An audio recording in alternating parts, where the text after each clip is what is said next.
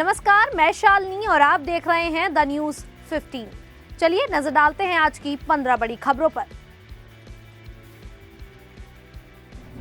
संसद के बजट सत्र से पहले केंद्र ने गुरुवार को सर्वदलीय बैठक बुलाई है। बजट सत्र 31 जनवरी को शुरू होगा। शुक्रवार को राष्ट्रपति द्रौपदी मुर्मू संसद के दोनों सदनों को संबोधित करेंगी और बजट सत्र की शुरुआत करेंगी। वित्त मंत्री शुक्रवार को आर्थिक सर्वेक्षण पेश करेंगी। वह शनिवार को आम बजट पेश करेंगी। 3 फरवरी को लोकसभा और राज्यसभा राष्ट्रपति के अभिभाषण पर धन्यवाद प्रस्ताव पर चर्चा करेंगी। Israel Hamas cease fire deal के तहत आज बंधकों की रिहाई का तीसरा चरण है। हमास आज इजराइल के 3 बंधकों को रिहा करेगा। इनमें 2 महिलाएं अरबेल यहूद अगम बर्गर और एक बुजुर्ग गादी मोजेस शामिल है। इसके अलावा थाईलैंड के 5 नागरिक भी हमास की कैद से आज रिहा हो जाएंगे। अमेरिका के राष्ट्रपति डोनाल्ड ट्रंप के तेवर अवैध प्रवासियों को लेकर सख्त बने हुए हैं। वे किसी भी कीमत पर इस मामले में शांत नहीं होना चाहते हैं और न ही मामले को शांत होने देना चाहते हैं। यही कारण है कि अवैध प्रवासियों को लेकर वे कई तरह के बयान दे रहे हैं। इस बीच उन्होंने कहा कि अवैध प्रवासियों को दुनिया की सबसे खतरनाक जेल ग्वांतानामो बे रखा जाएगा। इस जेल का इस्तेमाल 9/11 हमलों के बाद आतंकवादी संदिग्धों को रखने के लिए किया गया था। फिलिस्तीनी स्वास्थ्य मंत्रालय के अनुसार बुधवार को इजराइल द्वारा किए गए हवाई हमले में कब्जे वाले पश्चिमी तट पर कम से कम 10 फिलिस्तीनी नागरिकों की जान चली गई। इजरायली सेना ने इस हमले को लेकर बयान जारी किया, जिसमें कहा गया कि यह कार्रवाई सशस्त्र आतंकवादियों को निशाना बनाने के लिए की गई थी। बुधवार देर रात इजरायली सेना ने कब्जे वाले क्षेत्र में फिलिस्तीनी उग्रवादियों पर कार्रवाई तेज करते हुए तमून के ग्रामीण इलाके पर जेट फाइटर से हमला किया।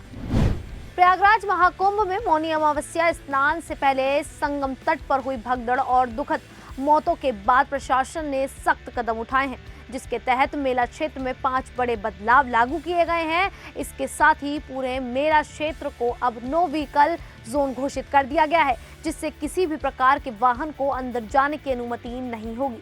यही नहीं, वीआईपी पास और ट्रैफिक को लेकर भी परिवर्तन किए गए हैं।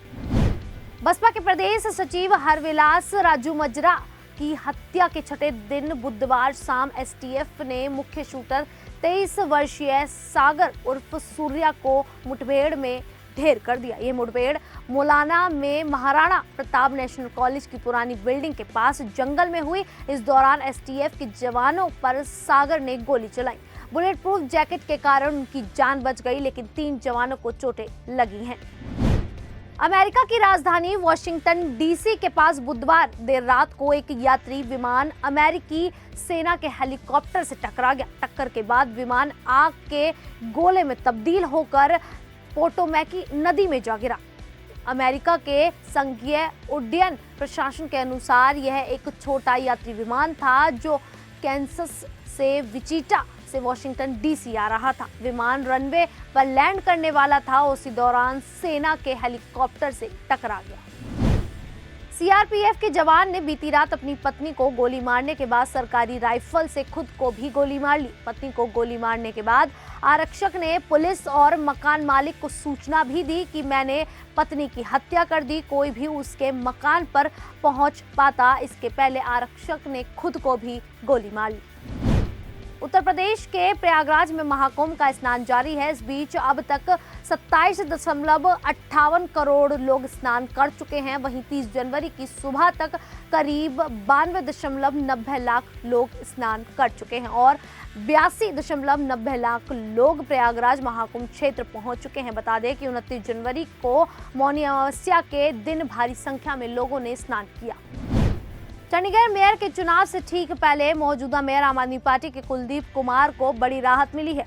कुलदीप कुमार और उनकी पत्नी के भाई के खिलाफ भ्रष्टाचार का केस दर्ज था। चंडीगढ़ क्राइम ब्रांच ने मौजूदा मेयर और उनके रिश्तेदार के खिलाफ सफाई कर्मी की नौकरी लगाने के नाम पर एक व्यक्ति से 75,000 रुपए लेने की रिश्वत लेने के आरोप में केस दर्ज कराया था। हालांकि अब चुनावों को देखते हुए उन्हें आंतरिक जमानत दे दी गई है।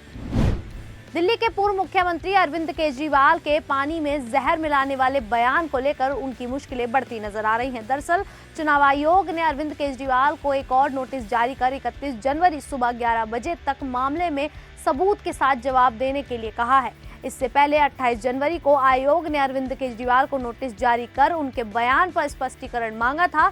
उन्होंने आरोप लगाया था कि यमुना से दिल्ली को आपूर्ति किए जाने वाले पानी में हरियाणा सरकार ने जहर मिलाया है।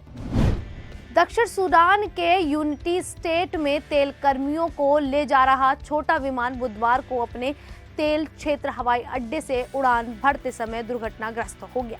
इस हादसे में 20 लोगों की मौत हो गई। मृतकों में एक भारतीय भी बताया जा रहा है। विमान में 21 लोग सवार थे, जिसमें चमत्कारिक रूप से सिर्फ एक यात्री बच सका। ये विमान चीनी तेल company greater Pioneer operating company से जुड़ा था।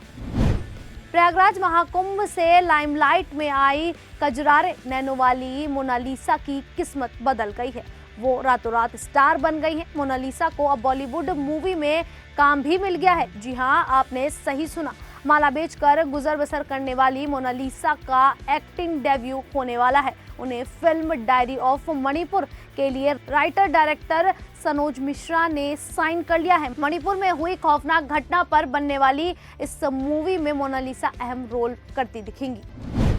कांग्रेस सांसद राकेश राठौर को पुलिस ने गिरफ्तार कर लिया है। उन पर यौन शोषण का आरोप लगा है। इस मामले में हाई कोर्ट से राकेश राठौर की एंटिसिपेटरी बेल खारिज कर दी गई।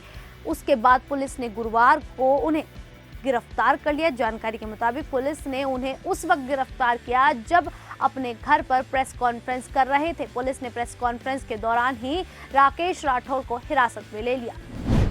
महाकुंभ के सेक्टर 22 छतनाग झूसी में बने टेंट सिटी में बृहस्पतिवार को आग लग गई। आग लगने के कारण का अभी तक पता नहीं चल सका है। जब तक लोग कुछ समझ पाते, आग के विकराल रूप धारण कर लिया। टेंट सिटी के दर्जन भर से अधिक टेंट जलकर राख हो गए।